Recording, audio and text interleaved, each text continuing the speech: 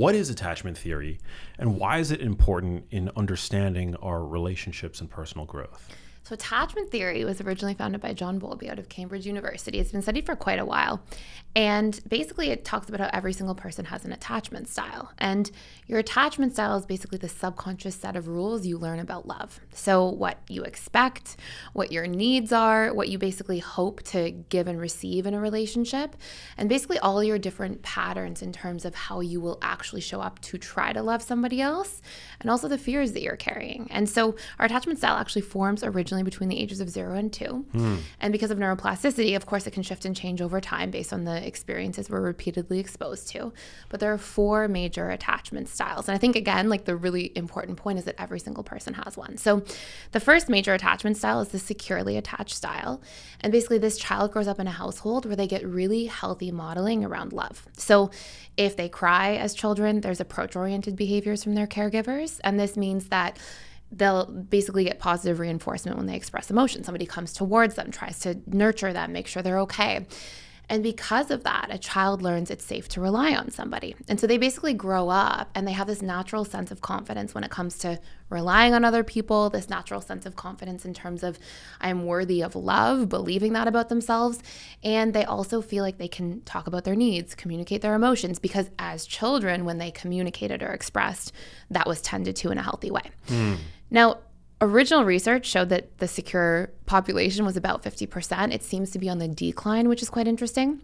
And then there's 3 insecurely attached styles. The first one of the insecurely attached styles is the anxious preoccupied.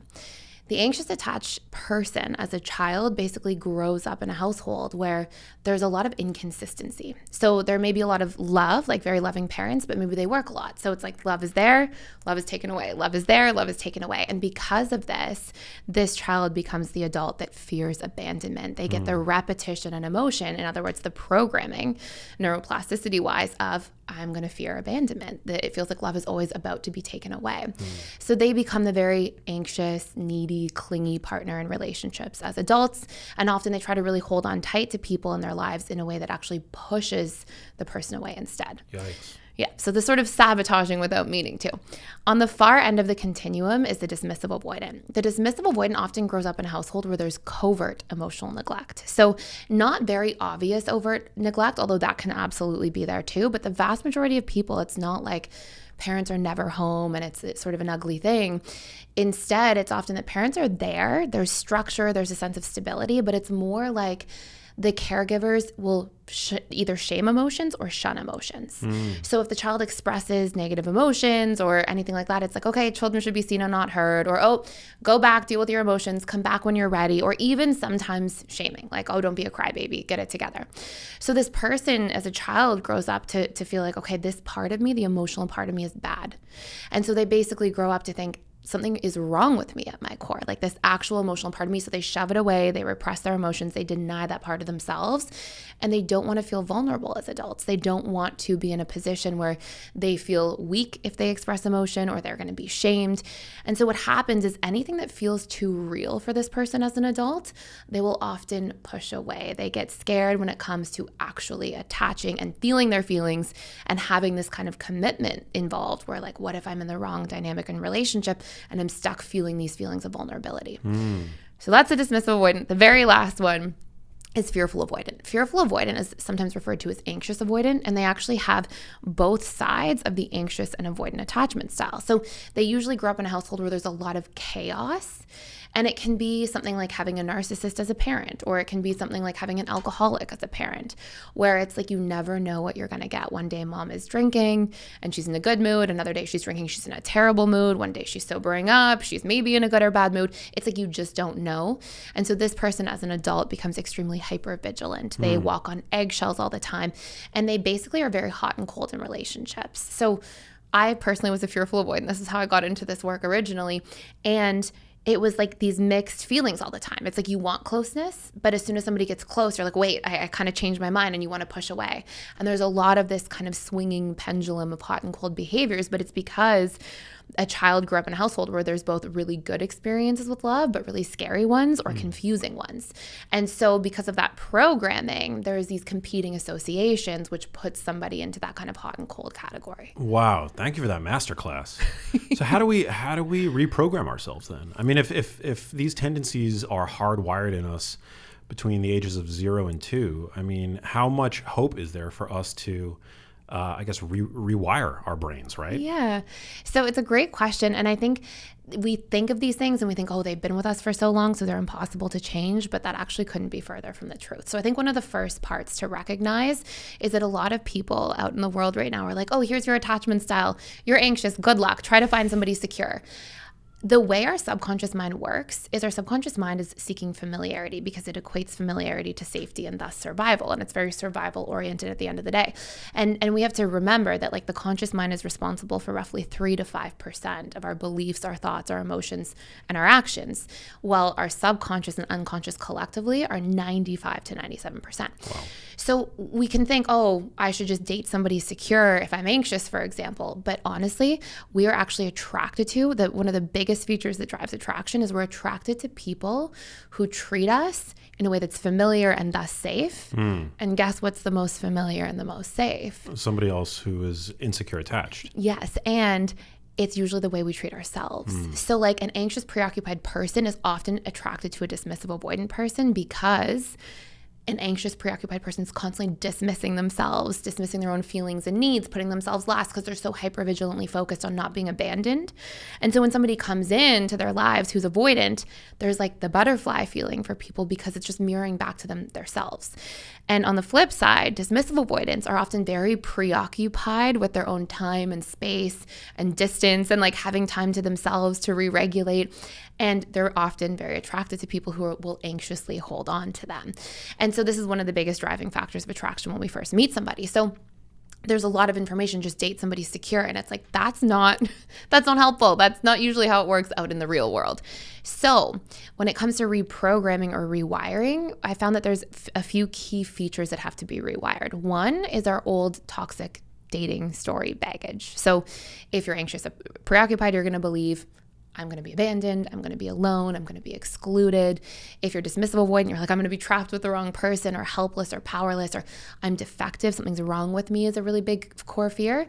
And fearful avoidants are often they're basically sharing in both the anxious side of the wounds, fear of abandonment, things like that, but also fear of being trapped.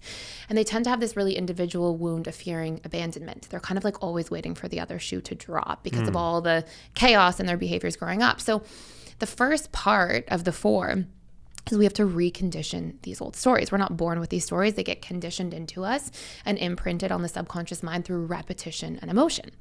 And so when we look at how to recondition or rewire these old stories, my first major certification for a year was in hypnotherapy and sort of understanding the subconscious mind. And what happens is if you try to speak through an affirmation, let's say you're carrying, just for simplicity's sake, a core wound that says, I am not good enough, which is a big one for the anxious attachment style. If you're trying to make yourself feel like I am good enough and get rid of that core wound, you can't just affirm your way out of it. You can't just say, oh, I am good enough, I'm good enough. And the reason is because the problem exists at the subconscious level, right? You don't consciously say, I'm going to wake up today and I'm going to tell myself how bad I am all day. These are not choices, they're programs, they're autopilot. And so when your conscious mind speaks, it speaks in language. But when your subconscious mind is getting information, it only really receives it in imagery and in emotion. So for example, if I say to you, whatever you do, do not think of the pink elephant. You think of the pink elephant. Your conscious mind hears do not, your subconscious flashes the pink elephant. So we actually have to recondition by speaking in the language of the subconscious mind. So what we do is we find this core toxic dating story we have. If it's I'm going to be abandoned, I'll be connected, or I'm worthy of connection. I am unloved, I am loved. I will be trapped, I will be free. So we're trying to find the opposite. But if we just use I am not good enough, I am good enough. And then we have to speak in emotion and imagery to our subconscious mind. And we have to fire and wire through repetition plus emotion and imagery in order to reprogram. So what's the container of all emotion and imagery? Well, it's memories. If I were to say to you, tell me your favorite childhood memory, you would probably see, let's say it's you playing on the playground with your friends, you would actually see the images of you playing on the playground. And as you were telling the story, you would smile, your body language would change, because our subconscious contains memory, which is all emotion and imagery. So what we do now to bring all the steps together is we take, I'm not good enough. No, I am good enough. We need repetition. So we need 10 pieces of memory for why we are good enough. I'm good enough because I graduated from this school, or I'm good enough because I showed up this way as a friend, or I'm good enough because naturally I carry ABC characteristics as a partner. And when we do that and we have specific memories, all those memories have the emotion. So all we do to reprogram these old toxic dating stories that we've probably been carrying for decades for a lot of people is we find what it is, we feed it the opposite, and we come up with 10 pieces of memory for 21 days to oppose this core wound or this toxic story. And where does 10 come from? 10 is the repetition that we need. It can be 10 to 15, but it gives us enough firing and wiring in terms of repetition. And it comes originally out of hypnotherapy, where we talk about something called post-hypnotic suggestions, which is after you go through a hypnotherapy session, we take roughly 10 forms of post-hypnotic suggestions per day for that 21 days to allow that to really solidify. Does it help to journal these? Yes, we can do a whole bunch of different things. So number one, you can journal. Number two, some people are like, I don't want to do that for 21 days. I won't commit to it. It's too long. So in that case, we can come up with 10 memories, and we're trying to get the emotion and the imagery. That's the really big piece. So what we can do is record those 10 things into a phone or whatever it might be and listen back to these things. And it's even more applicable, or works even more quickly, essentially, if you're in a suggestible state. So in other words, if you're producing more alpha and theta brainwaves. So after a deep meditation, when you first wake up in the morning, or last thing before you go to bed. And as long as we're feeling about the memories and seeing the images, we're really hardwiring the experience more into our subconscious mind. Super interesting. So how did you said that you were formerly insecure attached. Yes, I was a super fearful avoidant. Yeah, talk to us about your background and how you became so interested and ultimately an expert in this topic. Yeah, so I grew up in a very chaotic household. Lots of like big fighting, lots of drama, really long divorce from my parents that went to the Supreme Court of Canada. Whoa. You know, the drama, like a lot of these just funny things. My parents are both very good people. I think they just were a very bad match together. And they really brought out each other's kind of woundedness. I think they were kind of like in a trauma bond, if anything. Yeah, I can relate to that. Okay, interesting. Yeah. And so basically I had a younger sister. I was the oldest child, and there was just the two of us. And I was always in the middle. I was like the parentified kid. I was like going back and forth, checking out, you know, how's my mom doing? Oh my gosh, big fight. How's my dad doing? You know, back and forth. And so I think from a young age, I was really curious. I was also very sensitive. So I think I kind of sponged it all in.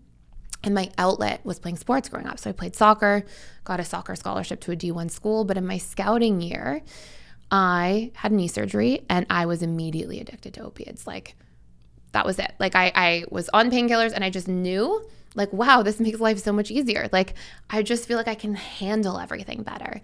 And I think what was happening is I just had sponged up quite a few years. It was just before my 15th birthday, quite a few years of like internalized stress and drama, and just, especially because it's in your home, right? So it's like you're always walking on eggshells.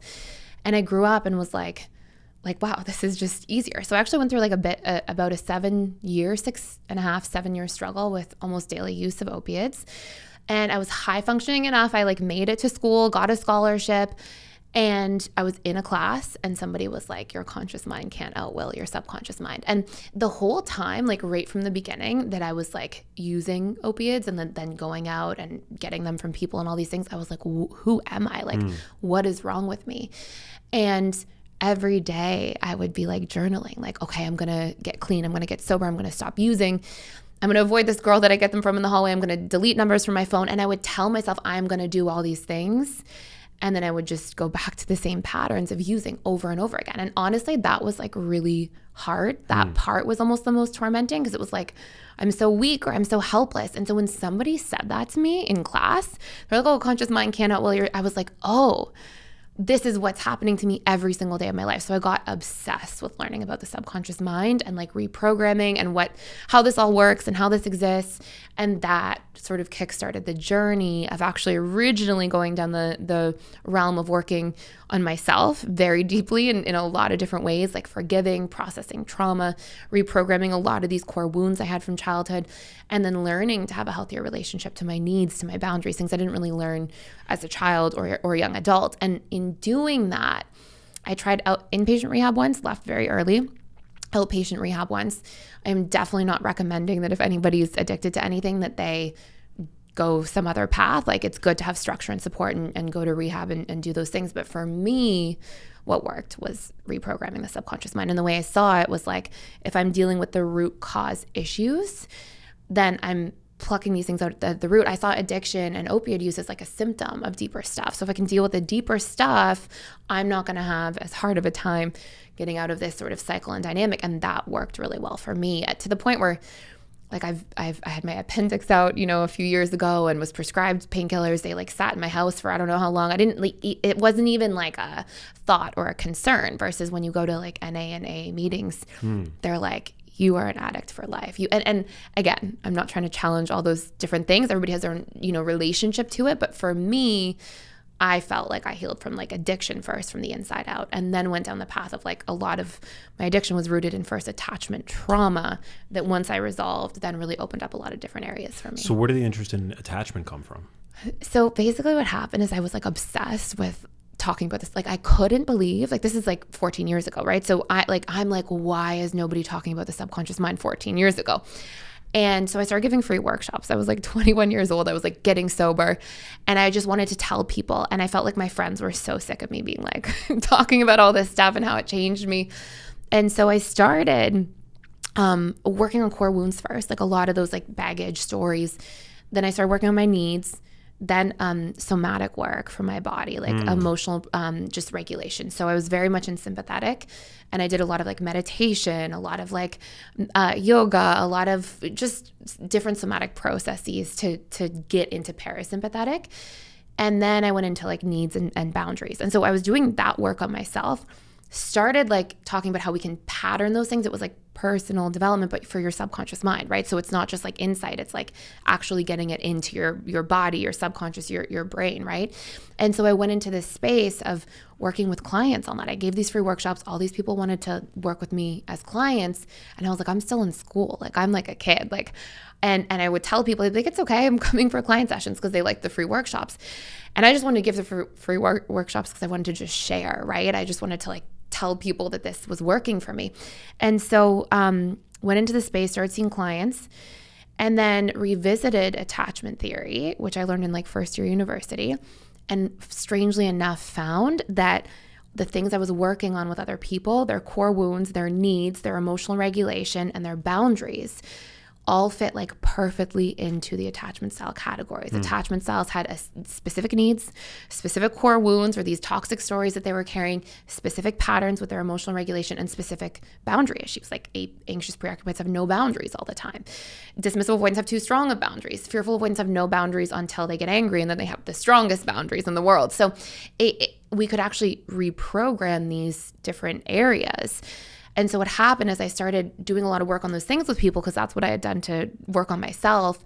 And then got into a space where it was like, oh, once I know somebody's attachment style, I know exactly what we have to work on for a lot of really deep healing at the subconscious level. So I just started like getting clients to come and tell me their attachment style. It fast-tracked the process of subconscious healing.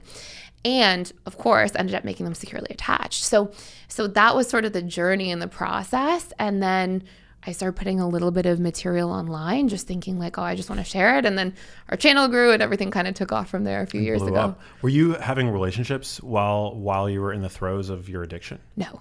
I was with somebody else who was an addict, also struggling. And that relationship ended in like a bad way, like as it would in that case. And then I went through this it was sort of this like 3-year, I will not date. I'm just going to focus on myself, because I was very codependent. So I would very much like prioritize everybody else at the expense of myself in relationships. So I was like, okay, I need to just time out, and actually for 3 years, it might've been closer to 4 years, did not go on a date, did not give out my phone number. Like I was like, I'm just going to focus on me. And that's really extreme. But it was what I needed. It really worked for me. And then the next relationship that I was in after that is my husband, who I met 9 years ago from then. So it was really interesting. Like it really worked. And it was funny because my husband's the first person I had like a real healthy relationship with. Wow. Like I never knew how to do a healthy relationship before that. So is it true that if you are like, is it a potential red flag if you are, say you believe that your attachment style is secure, and then you find yourself attracted to somebody who is insecurely attached, does that mean that you're not actually securely attached? It may mean that you're not fully securely attached. So when we talk about the different things that drive attraction, there's sort of different seasons to it. So there's initial attraction, which I'm sure people have experienced, like you're initially really attracted to somebody and then later on you're like, whoa, this isn't going to work. Initial attraction is based on two major things. It's your subconscious comfort zone, so who feels familiar to the way you treat yourself. And then it's also if somebody's seeming to meet traits that you're feeling very, basically your subconscious mind wants homeostasis, right? Just like your body does. And so if we're repressing certain traits, then what ends up happening is if somebody's expressing your repressed traits, it's something known as trait variety. Like just for context sake, like years and years and years ago, if you're trying to survive in the wild and one person really smart pairs up with somebody really strong, you have a better chance at surviving. So we're actually attracted to people who express traits differently from us. And you may find, for me, for example, when I really had to work on assertiveness, like I wasn't good at like having boundaries in real time, then I would be really attracted to people who are very assertive. I'd be like, wow, that's like such an admirable thing. And so, that's a point of attraction. I had repressed assertiveness because in my household it was unsafe to have boundaries. And then as an adult or a young adult, I was really attracted to that. So that's an initial driver of attraction. What will sustain in the long run is also if somebody's still mirroring back to you the subconscious comfort zone of the way you treat yourself, but also if somebody's meeting your deeply unmet needs. So there's different, sort of parts to that, right? You may be attracted to somebody initially just because of trait variety. They're just expressing different traits than you. But if you're investing in that person over the long haul, and it's not because they're meeting your needs, and instead it's just because of this like, je ne sais quoi factor, like you don't know what's happening, and it is that they're really insecurely attached, chances are you have a little bit of insecure attachment to work on. So can off the charts chemistry, at least at first, be a red flag? It's hard to say that it's a red flag. If it's off the charts chemistry that's destabilizing to your life, then yes, I would call that a red flag.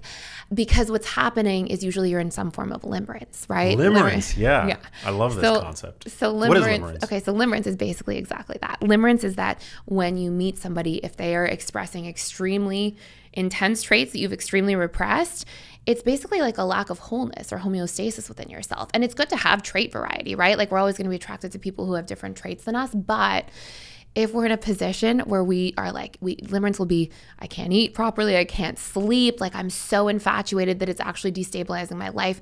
I'm ruminating constantly about this person 24/7. You'll actually see within limerence, there's like an abandonment of self, right? There's this part of it where you're not with yourself. You're not present with yourself. You're up here with this other person.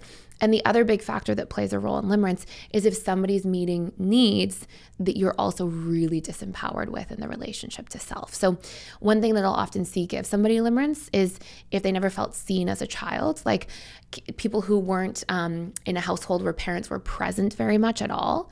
And then somebody comes in. I had a client one time, for example, she was like in a coffee shop. She was about to get married. And she was here to like work on her premarital stuff. She was having some attachment wounds.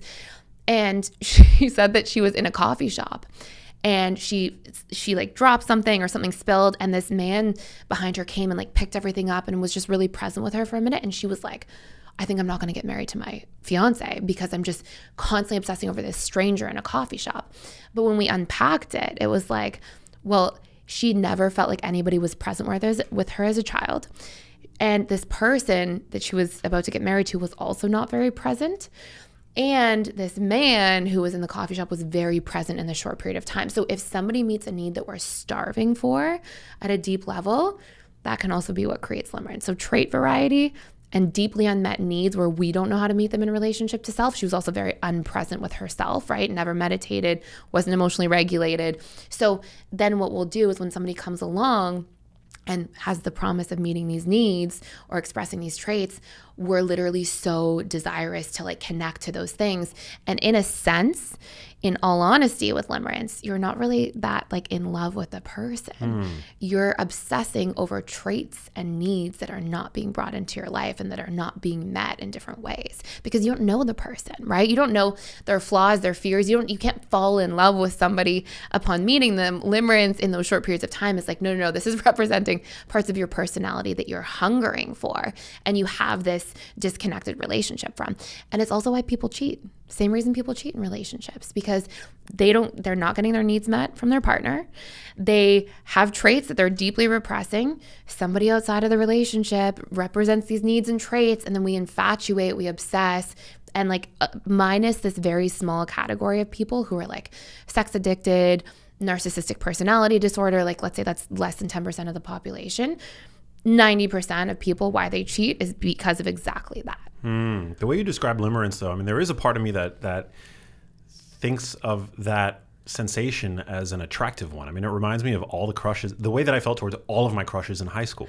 I know people, this is like the biggest thing I get all the time is people be like, but I like limerence. But right? They're like, but I like feeling in limerence.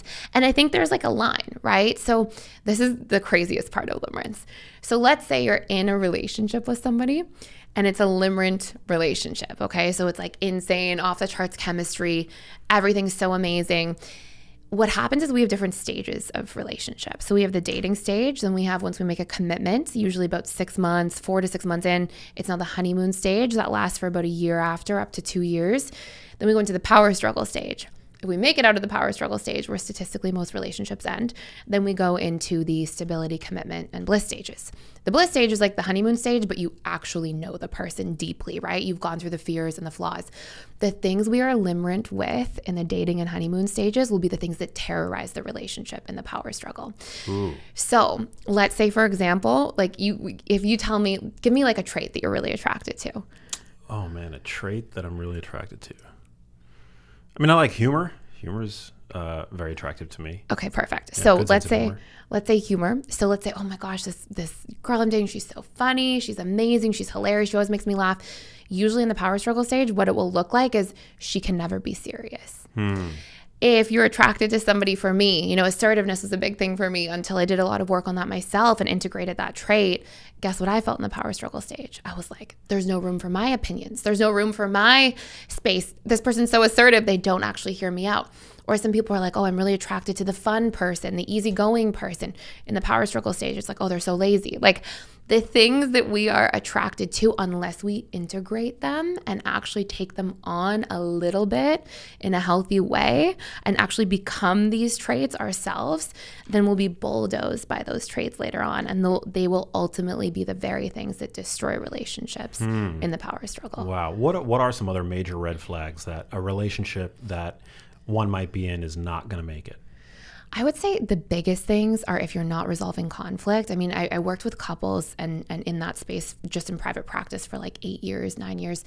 And the biggest thing that I would see when people would come into my office, the first thing I would look for when I was running my practice is I was like, are both people willing to do the work? I didn't care how much trauma somebody had, how many like bad relationships they had, how much baggage. I was like, are they here to work? If one person is there to do the work and one person's not, there's really not much you can do. You can help the one person heal, but you can't really change the relationship dynamic. At best, you can help one person if they are literally, for maybe cultural, religious reasons, unwilling to leave the relationship. You can help them not take their partner's behaviors personally and not have core wounds around it and know how to have better boundaries around certain things. But that's a huge part. Both people have to be willing to do the work if they're insecurely attached. And what does doing the work mean? Reprogram core wounds, number one. That stuff we talked about earlier, like actually being able to change these stories. Otherwise, we're hyper personalizing things. I had this couple that came in and they sat down. It was like one of their first sessions. And she was like so angry about laundry being on the floor. So she's like, my husband always leaves his laundry on the floor. As she's talking, she's like this little pretty sweet girl. Her hands are shaking with like rage. And as she's shaking with rage, her husband is like crouching. Like you just see his body language, like retracting. No. And I'm sitting here and I'm like looking at them and I'm going, there's no way that this woman and this man are 10 out of 10 angry and like 8 out of 10 sad because of the clothing on the floor. Like we don't get this upset about that kind of thing. So I asked her, well, what are you making it mean? Like he leaves the clothes on the floor. What are you making it mean about you? And she goes, well, I'm disrespected. I ask him all the time. He does not respect me. Well, she had a lot of attachment wounds around disrespect from her father as a child. I asked him when she gets this angry, because that's when he started shrinking, what do you make it mean about you? And he goes, well, I try so hard in other areas of the relationship. I'm the provider. I do all these things. I feel like she doesn't love me because she doesn't see those things. So here are these two people talking about the clothing on the floor, trying to solve for that, when really why they're so upset is because one is perceiving that their spouse totally disrespects them, and the other person is believing that their spouse doesn't love them. And so those are our toxic dating stories. There are core wounds that we're carrying. And we spend so much time talking about surface things. And what we're really triggered about has nothing to do with those surface things. It's the meaning we give, and the meaning we give is those pre-existing dating stories. I am going to be abandoned. I'm going to be alone, disrespected, excluded, rejected, disliked. Those are the things. So number one, when we can get those stories out of the way, we're not assigning this triggering meaning to our arguments. And then we can actually hash things out without being super triggered. So that's like the first big piece. The second big piece of doing the work is learning what your needs are, right? What do I need in a relationship? If you don't know what your needs are, you're not going to get them met. And then you're going to resent your partner. And then guess what's going to happen? Not to be like all doomsday about it, but in 15 years, somebody's going to be representing your need outside of the relationship that you met at the coffee shop, and you're going to go into Limerence. So we need to know our needs in relationships so that we can actually feel fulfilled. Needs and exchanging needs is like the lifeblood of relationships. It's how we actually feel loved and seen and connected. And so we need to understand what those are. For anxious attachment styles, it's usually validation, reassurance, inclusion, feeling encouraged, feeling wanted, prioritized, important, and having a sense of certainty. For dismissive avoidance, they tend to really want to feel acknowledged and appreciated in small ways, which is funny because they're very stoic and you often wouldn't know it, but it goes a long way.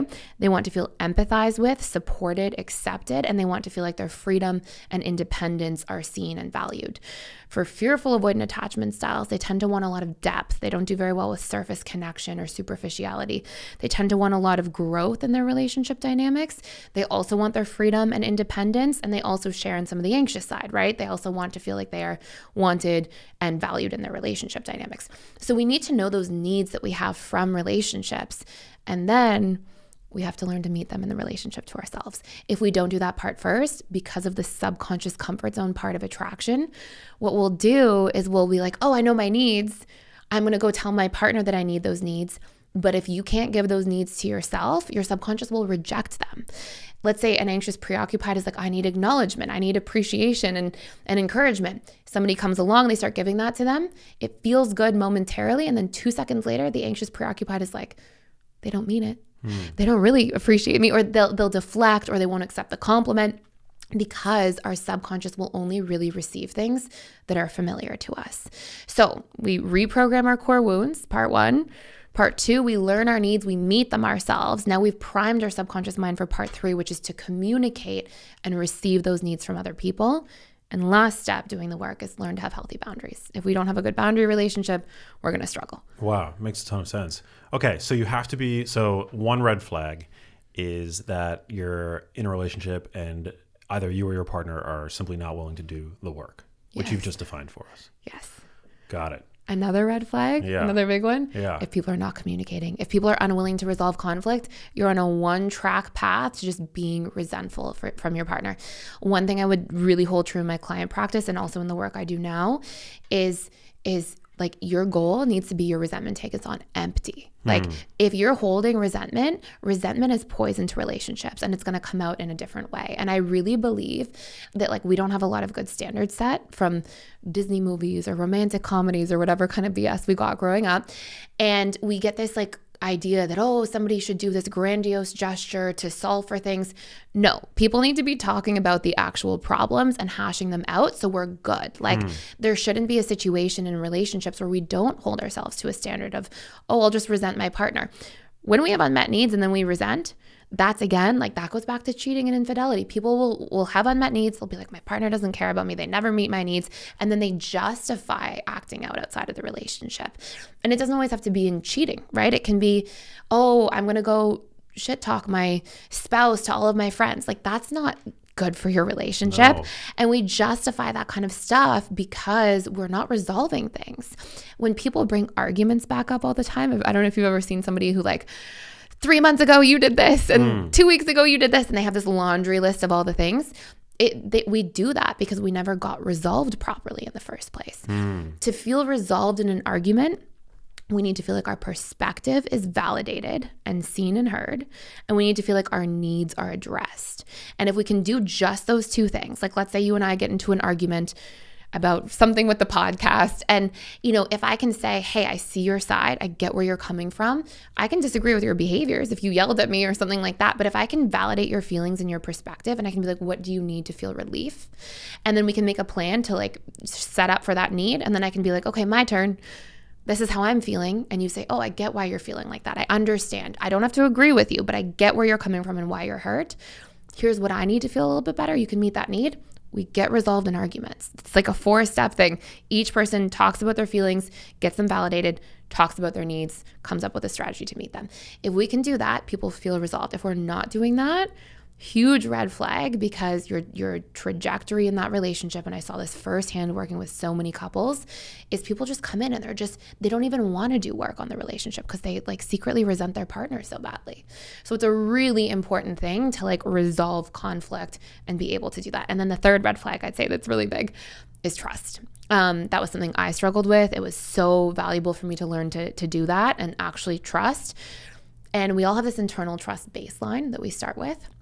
Like, you're not going to go down the street at night and give your wallet to a stranger and be like, hey, please just don't take money from my bank account. Like, we have an internal trust baseline, and we have these internal parameters of trust. When people have a fractured internal trust baseline because it was fractured growing up, we have to repair that within ourselves. A lot of that comes from actually being able to trust ourselves first, to set boundaries, to speak up for our needs, to have a healthy degree of assertiveness in our lives. And then we can actually build trust with other people externally. And that comes through people being consistent, people being congruent. What they say and what they do has to add up, and people being considerate of how they're feeling about different things and giving us context for if things change. So if I say, hey, I'm canceling our plans tonight, see you later. It's different than saying, hey, I'm canceling our plans. Like, I'm really sick, I'm under the weather, I'd love to make plans again soon, right? Like, there's that context type of thing. So that's how we build trust in a relationship, and building trust in ourselves. Those are all really important things to dig into. Trust is super important, but I want to go back to red flag number 2, communication. Do you have a protocol for how to get ahead of problems before they become problems? Great question. So I used to do this thing with clients. I call it like we have to go through our stops on the train. I would have people come into me all the time, first session, be like, I'm here to work on my marriage, and I don't think it's going to work because I've already tried everything. I've already communicated to my partner. I've tried all the things. It's not working.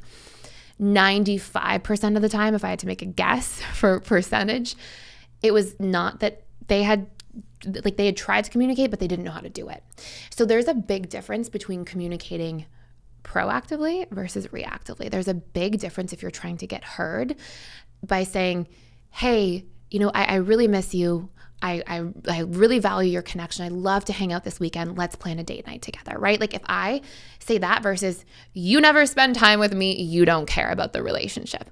One puts you on defense. You're not hearing what I need. You're hearing like what I'm berating you about and trying to pick an argument over. And now you're on the defense.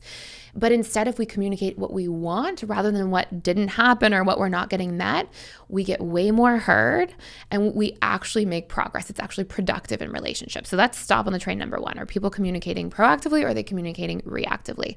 Vast majority of people are reactive communicators, and then they're frustrated that nobody's hearing them, right? Second thing is we have to communicate clearly and specifically. So another big thing that happens is, I'll give you a story. So I had these clients come in once, and it was a man and a woman.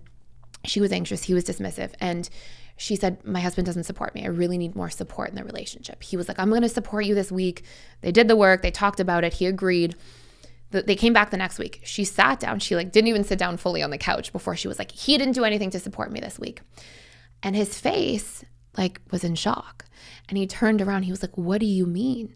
I took out the trash. I did the dishes. I tried to do some laundry, like goes off listing all these things he did. And she like turns and she's like, oh, well, I actually needed you to be more affectionate and to be more encouraging. So support looks different to people of different attachment styles and different dynamics, right? It's like a different thing. So stop 2 on the train of communication is paint a picture of what it looks like. Because if we're not doing that, we're going to get miscommunicated and unheard. And then we're going to be mad that somebody's not doing what we asked. Maybe we didn't communicate properly. So communicate in the positive, paint a picture for what it looks like. Step 3 or stop 3 on the train is we have to see our needs through. We have this like idea as people. I can relate to this, having been fearful avoidant, having the avoidant side to me that was like, oh, I don't want to communicate. It's too vulnerable to share what I need. But we think if I communicate once, this person should remember for the rest of their life. But people have different programming. Like you're not going to communicate once and then the person's going to remember forever to do this thing every single time. That's like this romantic ideology that doesn't make sense. And so what we have to be able to do is actually remind somebody like, hey, you said you would do this thing. It's Tuesday night. We said we were going to do it. Let's go do it. If somebody never makes an effort, that's one thing, right? If you communicate a need and nobody ever shows up at all. But if somebody's clearly making the effort and then they forget, it's because they're a human being. It's because like this is how this works. So stop number 3 is it's okay to see your needs through, right? We want to see that the needle's moving, but we have to go back and remind somebody of our needs and make sure that it becomes an active part of the conversation until our partner finally remembers, right? Until they naturally know. And then number 4 is we have to make sure that when we're communicating, we don't do this thing that so many people do, where it's like, let's say the just stereotypical example, but let's say the wife asks the husband, I need more help around the house. Can you please do some laundry? The husband does the laundry. He's like, why am I doing the laundry? But I left my wife, so I'm going to do it. And then she's like, you folded the laundry wrong, and if we become critical about when the need is being met after somebody's going out of their way to do something, it really negatively reinforces the experience and the communication's easily going to fall apart. So we have to actually positively reinforce what we're looking for. So we build that connection and momentum. It doesn't mean if somebody does something completely wrong, like dyes all your clothes blue, that you're not going to say something. But it's how you say it that will matter. Hey, I really appreciate that you went out of the way to do the laundry. Thank you for remembering. For future reference, I usually put the clothes in there instead of in that closet. Like we can do it in a healthy way. So those are really the 4 stops on the train to like checking in with our communication. If we do those things well, we're very likely to be heard and see progress in our relationships. How familiar are you with nonviolent communication? Fairly familiar. Yeah. Well, it's like a way of, if I understand it correctly, it's a way of offering constructive feedback or criticism even, but without eliciting that defensive response from the other person. Yes. So I read about nonviolent communication, I want to say like 8 or 9 years ago. And so I'm like, I just know the very basics. It comes up a lot. People will like bring it up fairly frequently. But from what I understand or remember, it was mostly like I feel and then I need. Yeah, leading with your feelings. Yeah. Yes, which is really good, but can be fine-tuned. Because again, like if I just say, I feel hurt and I need you to stop betraying me, it probably sounds a little defensive, right? If I say, hey, I feel a little bit hurt when the situation happens, and in the future, can we work on ABC? Like if I give a solution, a strategy, I paint a picture, like if I'm not clear and specific enough, I can kind of leave it high and dry. The vulnerability part is really good. But if we get into a space where we're just saying, this is what I'm feeling, and this is what I'm needing without actually having those stops on the train, then that's a really good general picture, but we need the specifics. Otherwise, I say, hey, I feel hurt. I need you to stop betraying me. And you're like, well, what does that look like to you? How do I deal with the betrayal? So that's where it's like communicate in the positive. Make sure that you're actually communicating about painting a picture for what that looks like, seeing your needs through, and getting to that last stop of it will make a huge difference as well. Yeah, I mean, that pretty much sums up my understanding of it. But yeah, that's pretty much the crux of it, is how to communicate to get ultimately your needs met. Yes. Without making the other person feel as though you are in fact criticizing them. Yes, absolutely. Because nobody wants a critic. And when we criticize, like all of our subconscious associations for when we were criticized growing up are with our parents, right? Like those are our first experiences of classical conditioning or negative feedback. So what if all of our like wires that are going to be tripped are to be on the defense? Because when we were children, conflict meant I lose, I get punished, I'm unsafe in some form or another, unless you had a really secure childhood, which is like no longer the vast majority of people. So it's like we have to be able to make sure that when we're communicating, if we actually want to hash stuff out and get our needs seen through, that we're able to be vulnerable and we're able to actually open up in a way that's not going to make the other person feel triggered. Are there any daily steps that one might take to make sure proactively that their relationship is on the right track? Really great question. There's a few things I would do with clients a lot. One was like, first of all, we have to know each other's needs. It's a really important sit down to have. And some people are like, oh, it feels really mechanical to sit down and talk about our needs. I'm telling you right now, if we don't do that work, it's almost like saying it feels mechanical to like read books about the career I want to have. You know, sure, it's like work, but it's going to be a lot more work to not know each other's needs and not go there. So when we can talk about needs, and then if we can have a regular check-in in regards to needs, like, hey, do you feel like your needs are being met this week? And checking in there is really useful. It also builds a lot of the consideration part of trust. Like we feel like somebody's looking out for us, considering, checking in with us, which is really meaningful. And interestingly enough, like I'm sure you've heard of the 5 love languages, Dr. Gary Chapman, right? So for anybody who's never heard of them, it's quality time, physical touch, words of affirmation, acts of service, and gifts. And that's a really powerful way of giving and receiving love for sure. And it really matters. But our needs are way more meaningful because what happens is like, so I have a need, for example, for emotional connection. So I like to like really go deep with people, talk. I want to like understand how somebody's feeling or what's going on. But I have a huge love language of quality time. So I feel loved when I'm spending quality time with somebody. But if I'm sitting down watching Netflix as quality time, it's not going to be as meaningful as like sitting down having a deep conversation over dinner, right? Like that's emotional connection. So what I've found really consistently is love languages are also a really good proactive tool, but needs really drive it home in a more personalized way. When we really know our needs, we're really meeting each other's needs, we're also less resentful. And to add to that, when I would have clients come in and they had a week where they weren't meeting each other's needs, the one thing I found like clockwork is they would be so much more sensitive to getting triggered. So if our needs are not met, right, what ends up happening is people sit down in the office, and if they didn't get their needs met that week, little tiny things would set them off and they'd start, erupting into an argument. Versus sometimes if people really met each other's needs during the week, I would see them come in, and even if they were usually hostile and quick to get set off and triggered, I had a lot of couples that would really fight in my office. And what I would find instead is if they had a lot of their needs met that week, they could handle hard conversations way differently. They could actually handle criticism differently, even if it wasn't communicated with those proper stops on the train. So there's a lot of meaning in the ability to actually like dig into a lot of those things in regards to our needs. And it's sort of like a proactive measure long term. Is there a way to snap, to bounce back once resentment has set in? By working through the actual resentment at its root. That's really it. And we can do that without having to go into every past conflict. We can do that by talking about our core wounds. So when we talked earlier about like those toxic dating stories or core wounds, and that example of the couple with the laundry, right? She had this huge trigger of being disrespected. He had this huge trigger of being unloved. Those were both of their childhood wounds. And, dating back into their relationship, they were married for like 10 years or so when I was seeing them. And dating back into that relationship, we uncovered a lot of different arguments of when she felt disrespected and he felt unloved. And that was like a history.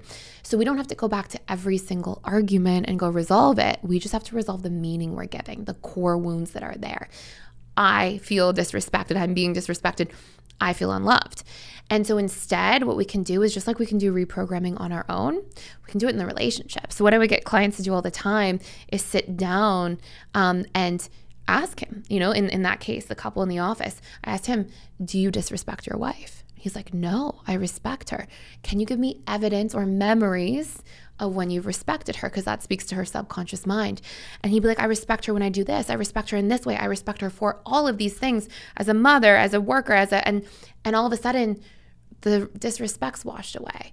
And it retroactively has an impact, right? Because all of the times where she's assigned meaning to a triggering event, oh my gosh, I'm disrespected, when he feeds her with all this information to the subconscious mind in emotion and in imagery, because he's using evidence or memories, all of a sudden she's not believing that she's disrespected by him all the time. And the more he rehashes that, and the more they're aware of that, right? He can speak, hey, I respect you. I'm coming from a place of respect. Or, hey, oh my God, I left my clothes on the floor. I'm sorry. I love you. I respect you for this, this, and this. I'm going to work on the clothes on the floor.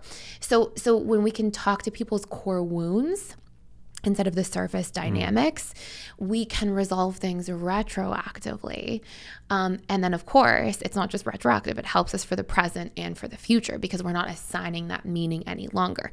And by the same token, when she can go back and be like, hey, of course I love you. I see all the things you're doing, and speak in a lot to that, we do a lot of work on the actual issues that are happening between people in relationships. So there's a way to, I guess, reaffirm that the respect is there so that the next time she finds herself picking up his laundry from the floor, she's not triggered in the same way? Yes. So there's a two-part sort of dynamic to it. One part is that when we talk about the laundry on the floor, we don't know what our partner's actually feeling. We're like, geez, why is my wife so pissed off about the clothes on the floor? I'm the provider. I do all these things. Why is she so mad? So we give context when it's like, well, I make it mean that I'm disrespected. And I had disrespect core wounds from my dad growing up because the way he treated me and my 4 siblings was her example.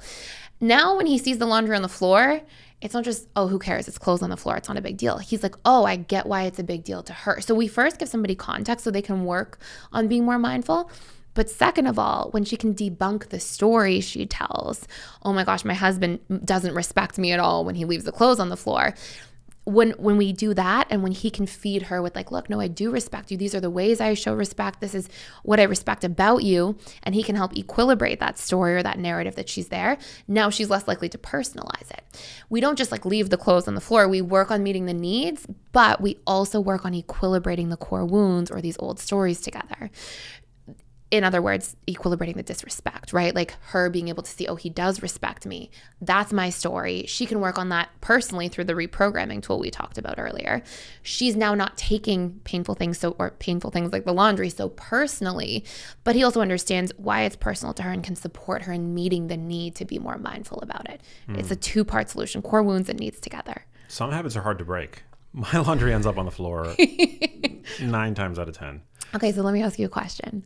So let's say you're dating somebody and you are head over heels, you really love them, and you've really taken the time to like vet them, to get to know them. You know this person is somebody that you want to spend a huge part of your future with, if not the rest of your life. And this person, when you leave the clothes on the floor, you know that it triggers this huge core wound for them, like something really big from their childhood. They feel unloved. And you're not going to be perfect at picking the clothes up off the floor, but you know what really hurts them? You know, not only will you probably work to remind them if you do make the mistake, hey, I do love you. The clothes are on the floor. I get it, but I love you.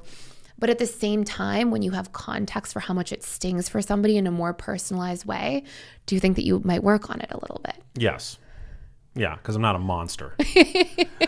But still, you know, I mean, some of our habits are ingrained over years, if not decades, of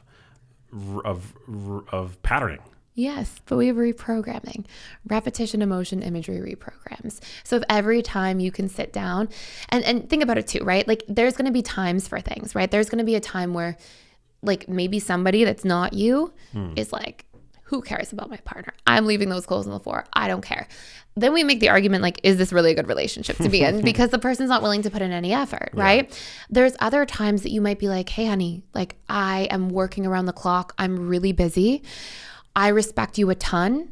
And I'm terrible at leaving my clothes on the floor. And I actually can't work on that at this point in my life because I'm working 18 hours a day. I need you to cut me some slack. I'm going to show you respect in all these other ways instead. Like we can make compromises. We can talk through those things. But at the end of the day, if we're doing a little bit of exposure work, we're practicing being more mindful, repetition, emotion, 21 days, it can really break down old habits. So it depends on like context for people. It's not always going to be, sometimes it might go the other way. Like, look, let's work on the disrespect core wound. I'm going to work on like showing you respect, reminding you all the time how much I respect you, giving you that validation through orally, like through feedback, right? But I may not be able to work on the clothes on the floor if my life is crazy and it's chaos. But that's where like we have to hash out those conversations and come up with those solutions. And as long as we can debunk that core wound, and then we can have some kind of resolution where we've talked about the needs and we get to some sort of place where we're like, okay, I'll pick up the clothes on the floor. I'll cut you some slack for this period of time, but you better show respect in all these other ways. Or, okay, I'm going to work on the clothes on the floor. I may not be perfect. As long as we can hash those conversations out, people are not reliving these like huge triggering events over and over that causes these triggering patterns in relationships. Yeah, compromise is super important. No, it's definitely something that I would work on were that to ever be an issue. Can I share one other thing with you about please. it? Okay, so there's this other thing that happens. It's so interesting in relationships about communication and triggers. And I call them our primary trigger patterns. So whatever our core wounds are that we're taking from childhood, everybody has them, minus securely attached people who don't have like very specific ones. They can kind of be one-offs. But the vast majority of people have them. So what happens is the biggest core wound that one person has in a relationship, when the other person when the person responds to their own trigger, it triggers the other biggest core wound that the person has. And it goes around and around. It's like this vicious cycle. So like, let's pretend you and I are in a relationship. Let's pretend I'm anxious and you're dismissive avoidant. And so I have this huge abandonment wound, okay? And you have a huge wound around being trapped. So let's say you're doing your own thing. You're a little busy. You're kind of pulling away because you need a little more freedom or time. And I'm like, oh my gosh, I'm about to be abandoned. Well, how will I react to my own core wound being triggered? I'll hold on tight. I'll come in your space. I'll try to get your attention. How will you react when you need your space and you need freedom and autonomy and you have this big core wound of being trapped? Well, you'll be like, oh my gosh, I'm feeling really further. Exactly. Yeah. And then when you pull back even further, your behavior and how you respond to feeling trapped re-triggers my abandonment core wound. Now I hold on tighter. Now you feel more trapped. Now you pull back further. Every single couple that's in the power struggle stage is going through some form of a primary trigger pattern where their big core wounds and their behaviors that follow are re-triggering the other person. And they are like the most easily solved things if we just know that they're happening. So I'll tell one story really quick and then I'll stop talking so much. No, I love it. So I had this couple come in and it was a woman and her like soon to be, they were like living together, planning on getting engaged. And she had this huge core wound of feeling unheard. So she always felt like her opinion wasn't heard. She felt like she couldn't talk about things growing up. It was kind of ignored or dismissed. And the man she was dating had this huge core wound of feeling abandoned. And so he was a fearful avoidance. So they can go either way, right? So fearful avoidance, like you can feel like, oh, I'm about to get abandoned. I need to push you away because you're making me feel too vulnerable. So they had this dynamic that would happen where she would try to talk about a conflict that was happening. Like, hey, I need you to hear me out. And like, I'm really upset. I want to solve for this. And she would try to address it. And his mom left him when he was a kid and never came back. And he would be like, my girl here is abandoning me. She's about to leave. And he would go, it's fine. I know you're going to leave anyways. Who cares? So guess what she would feel? Unheard. And then she would do what? She would become more critical and be like, hey, you're not listening to me. And he would be like, oh, she's for sure abandoning me now.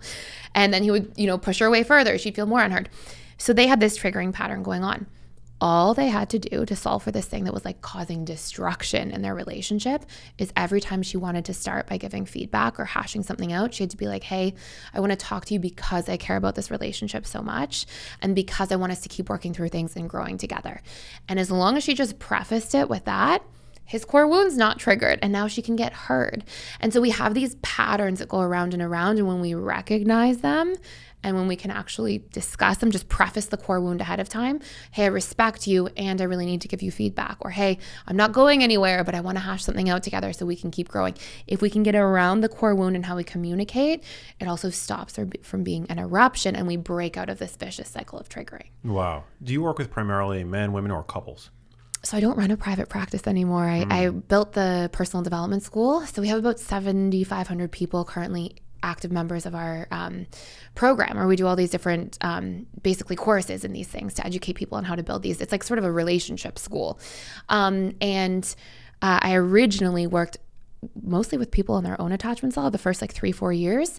And then somehow ended up with all these couples for another few years, and then went into PDS, tried to keep my practice, but just was too busy. So went into building the school for the last 4 or 5 years. It's so interesting. Do you feel that it's harder now than perhaps it had been in the past to date, to maintain a healthy relationship? Yes, I do.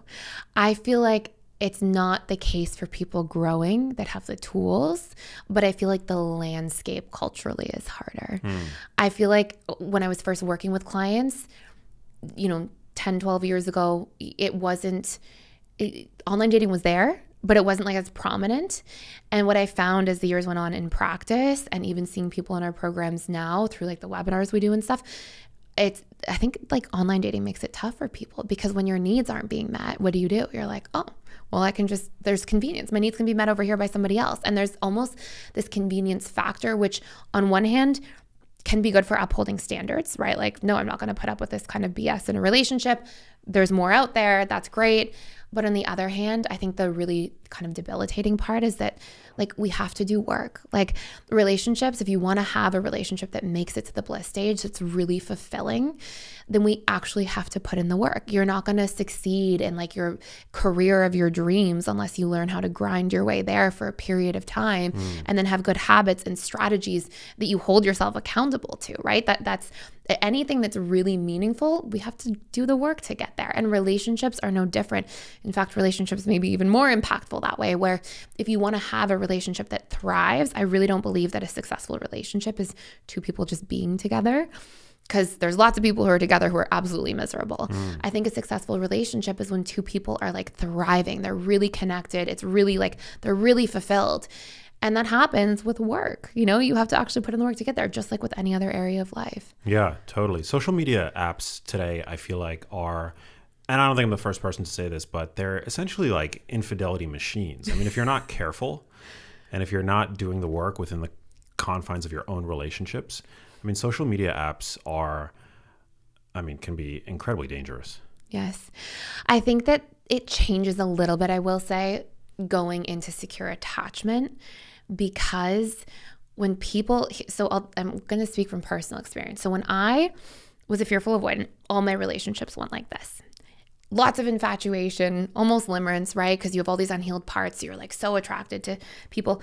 And then you go dating, honeymoon stage, power struggle stage. You have all the things that you were originally so limerent or infatuated with now piss you off. Now it's the exact opposite. What we infatuate with, unless we integrate those things, become what we resent later. So then I'm like, oh, this power struggle stage is a nightmare. I don't want to be in this relationship, break up. And that was like all my relationships. So my mindset about what a relationship was that it's like either intense infatuation and honeymoon or fighting, and there's no in between, and that's it, because that was all of my experiences. When I became securely attached and I learned how to hash out conflict, build deeper roots in a relationship, what I actually found is it almost moved me from only being able to kind of give and at least receive, for sure, more conditionally based love, because I was always showing myself with conditions. I wasn't like, hey, this hurts when ABC happens, or hey, I actually feel not comfortable in the relationship with this type of thing. If I couldn't talk about those things and actually like hash them out and solve for them, I couldn't let somebody in. And so what ended up happening instead is you go in dating, honeymoon, power struggle stage, relationship ends. And when you actually learn to resolve those things, which is the rite of passage of moving out of the power struggle stage, is actually how we get out of power struggle and into stability, commitment, and bliss stages. Then what happens instead is you actually feel like you're loved more unconditionally, and you love more unconditionally because you've let somebody really in, and they see your fears and your flaws, and they know how to best be there for you and support you and how you receive love and what you need, and they're great at that. And then what happens is these external things that were like once distractions, like, oh, this attractive person that you get along with or click, it doesn't really hold a candle to what you've built over here. It's like, okay, cool, that's an attractive person, or, I get along with that person, but like I've done all this work over here. And it's almost like the pleasure seeking versus fulfillment doesn't compare. And I think that's why secure people stay in relationships, is because they've actually built. And I think when insecure people kind of like get distracted with dating apps or go into like seeking these outside things, I think actually at its root, it's also because we seek for those external things and new distractions and novelty when we're not building in a way that we're building deeply enough with somebody that we don't care about temptations and distractions in the same way. Yeah, they're not, somebody who's secure and in a fulfilling relationship is going to be less distracted by the shiny new object. Exactly. Yeah. Wow. Have you seen these studies that have suggested that the more a couple posts on social media, like the more showy, I guess a couple is on social media, the less secure attached they tend to be? No, I have not seen those, but that feels good for me because I never post on social media with my husband ever. That's an interesting, So funny. anecdote right there, isn't it? And where was that from? I'm so cute. Like, or is it just I didn't read the study. I just read the headline. But essentially it was that. It was like on, one of these like psychology Instagram, feeds. But it was essentially that the more showy a couple is on social media with their couple posts and things like that, the more insecure attached they tend to be. And the less likely that relationship is to persist the test of time. That's crazy. That's so interesting. I mean, it kind of makes sense in certain ways. One is like, okay, you're probably more present in your relationship rather than like going out and taking pictures and trying to post all these things. Yeah. The other one is that like I find there's a tough one for people where we have like our basic human needs, right? And one of our 6 basic human needs is significance. And I've always found working with couples that if people have higher needs for significance, like it's like, hey, look at me. And it's not like they're posting something for like contribution or sharing, but their relationship to what they're posting is like getting attention and significance based. I've often found that those couples struggle more in relationships. Interesting. Yeah. So cool. Have you ever heard of a book? It's a really good book, actually. I read it fairly recently. Highly recommend it. It's called Living with Limerence. And it's written by a neuroscientist, actually, but a neuroscientist who writes under the pseudonym Dr. L. No way. I've never heard of it. It's a very interesting book. It's all about like the concept of limerence and like how destructive it can be despite the allure. Yes, despite totally. the obvious allure. I feel like part of what happens is limerence is that, right? Like, okay, so there's something that happens when we can't get our needs met in the present. And it's that we'll get our needs met in fantasies of the future or memories of the past. So what happens is the subconscious mind, when it can't get its needs met here and feels disempowered and in helplessness, will basically, like, in a sense, disconnect from or dissociate from reality, go into fantasy or past memories, because when we're imagining somebody meeting our needs or we're remembering a time when our needs are met, it still elicits emotional and neurochemical responses. And so we still have this like, ooh, the good feels, right? And that's one of the downsides to limerence, is that you're in limerence, and if you keep feeding into limerence and you don't do the work on the needs, first of all, people usually don't end up in relationships with their objects of limerence. It usually doesn't go down like that. Interesting. And second of all, you're all up here, and it's easy to do the work in your fantasy and to imagine that everything goes perfectly. But are you doing the work in reality to actually get those needs met in relationship to yourself, so that your subconscious mind is primed to then go get those needs met outside of yourself? And people who get stuck in limerence, I worked with clients sometimes who were like really on the cusp of stalking people. It didn't happen very often, but the prerequisite for somebody behaving that way was like extreme limerence, right? To the point where they were so stuck in the fantasy that they actually got more connected to the fantasy than to reality. And that's where delusion ends up taking place too. So there's, obviously that's not everybody's experience with limerence, but in extreme cases, like that's where it goes to. Wow. How should we approach self-care in the context of a relationship? I think the biggest way, to be honest, is making sure that we're meeting our own needs. And I think that we easily go into a space of codependency in relationships or counterdependency, which is like kind of on the opposing attachment end. Like codependency is very anxious, preoccupied, fearful avoidance can easily be codependent, where it's like, I should meet all of your needs. You should meet all of my needs. And that's it. And that means you better mind read all my needs. And the moment you don't, when I've been sacrificing myself to meet all your needs, I'm going to really not like you, right? Like that's how codependency goes for people.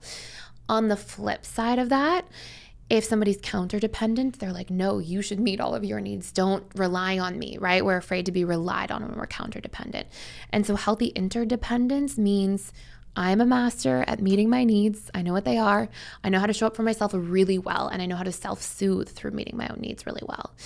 And at the same time, I also feel fully comfortable communicating what I need to somebody in a vulnerable and authentic way and receiving that from somebody. And so I can rely and I can connect and I can receive support. And when you're in a long-term relationship with somebody, they're not always going to be there to meet your needs, right? Somebody passed away in their family, or they're really busy at work. They can't show up as a partner the way that they have been for the last few years. They're in a season or chapter of life where they're going to be operating at 60% of their capacity. If we are codependent and we rely on somebody, we can't accept that. We're like, what do you mean you're not here? And we resent, we act out, we have protest behavior show up in our relationships. But if we're masters of meeting our own needs and also of communicating, then we can say, okay, this person that I'm with needs more support right now. I'm going to be the needs meter a little more. I'll step over, extend myself a little bit extra. I can self-rely, and I have friends and family who I can connect with and ask for my needs to be met as well. And so if we've got that secure, stable structure, that's really what self-care is boiling down to at the end of the day. And of course, like, we can have healthy habits like exercise, like meditation, all these like lifestyle dynamics that are really important. But at its core, in a relationship way, if we're not showing up for self, it's very difficult to have a long-term sustained relationship dynamic where we can show up for others, and where we can also be okay with somebody not showing up perfectly sometimes, and us being able to pivot and adapt to that in a healthy way. What is the best way to approach a significant other that is not necessarily as supportive as we might wish to our, say, fitness goals? You know, because sometimes it does require a lot of sacrifice to, say, if you're the only one in the relationship that's on a weight loss journey, for example. I mean, that requires a degree of sacrifice, right? Like, you might not be able to eat out in restaurants as much, for example. You might want to reorient the kitchen and the kinds of foods that you're bringing into the house. Change the cooking up a little bit, you know, maybe use less unhealthy oils or other ingredients and the like. So yeah, how might one approach that scenario? I would say the first thing is we have to communicate, and we have to be really clear and specific. I think one of the biggest things where it gets challenging is we do this thing where, like, stop 3 on the train, we don't paint a picture for what it looks like, or stop 2, where we go, I'm going to change how I'm eating. I'm going to, I really need your support, and I'm going to change some things around. I'm not going to eat out for the next little while. And the partner's like, what does that mean for me? And what happens, we don't flush things out far enough a lot of the time, right? They're like, oh, you're never eating out at a restaurant again. Or I have to also, you're saying I have to eat exactly how you're eating. And we jump to conclusions when we're not specific enough. When we say, look, I'm going to take a 6-month break from eating out. Can we cook dinners in? Can we do more, or we can go to a healthy lunch cafe where there's keto food, or, whatever it might be. When we get really specific and nuanced and we're really clear, most people are way more supportive than we would imagine, because it's really when there's this ambiguity that we like project our own wounds or our own stories onto those experiences. We're like, oh, this person's trying to, if I have a wound of being trapped, you're trying to control how I'm going to eat for the next 6 months. You're on the weight loss journey, not me. And so we get into this space where we give painful meaning, and then it causes all this challenge, right? But if we can get really specific, like, hey, I don't want to have these types of foods in the house, or hey, can you please keep your foods in this cupboard over here? That's your cupboard. I'm not going to touch them. If we can get really nuanced in things, people work way better, and it's much easier to work through things than we would think. It's when we're too general, too specific, too ambiguous that we have a lack of support in partnership. Again, there's like a 10% exception, like the narcissistic personality disorder or antisocial personality disorder. Yes, those people exist, but if those are the people you're in a relationship with, you're probably in the wrong relationship dynamic. Exactly. Somebody who respects you is going to support you. Exactly. Makes a ton of sense. Well, this was so fun. You are a genius. Thank you for the brilliant masterclass in all things attachment and relationships. This was super fun. I've got one last question for you, but before we get to that, where can people connect with you on social media? How can they support your work? So I am on Personal Development School _ Gibson. I put pretty much daily content out on YouTube there. And then I'm also at personaldevelopmentschool.com. If anybody wants to take a free attachment style quiz, they can go in and you get like a full report on what your core wounds are, your needs, your boundary issues, all that kind of stuff, so you know where to jump in and get started. So cool. Well, the last question I get to ask everybody on the show is, I guess, a bit more philosophical. What does living a genius life mean to you? Oh my gosh, I love philosophical questions. Love it. I would say always being open to learning and growth. I think that it's really easy to be like, oh, you know so much, or, I've learned enough, and just sort of cut it there. I really believe we can learn from everybody all the time. And I think as long as you stay really open-minded, then there's so many people you can learn from 24/7. And that's how we're intaking information the best. Love it. So true. Couldn't agree more. Hey, if you liked that video, you need to check out this one here, and I'll see you there.